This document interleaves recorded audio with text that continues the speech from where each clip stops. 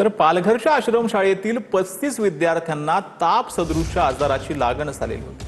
या सर्व विद्यार्थ्यांना तातडीने उपचारासाठी शासकीय रुग्णालयामध्ये दाखल करण्यात आलेलं आहे। 6 वर्षीय विद्यार्थ्याच्या मृत्यूनंतर प्रशासन सतर्क झालेलं आहे। इतर विद्यार्थ्यांच्या आरोग्य तपासणीमध्ये 35 विद्यार्थ्यांना ताप सदृश्य आजाराची लागण झाल्याचं समोर आलेलं आहे।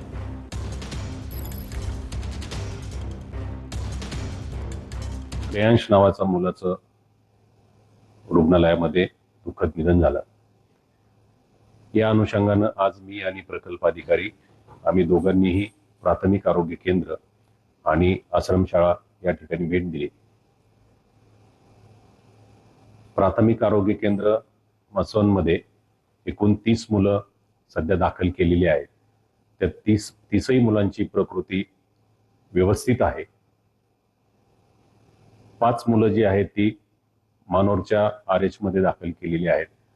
त्यापैकी 3 मुलांची प्रकृती अतिशय चांगली आहे आणि 2 निरीक्षणाखाली आहेत, त्यांची प्रकृती सुधारत आहे। परंतु ही जी घटना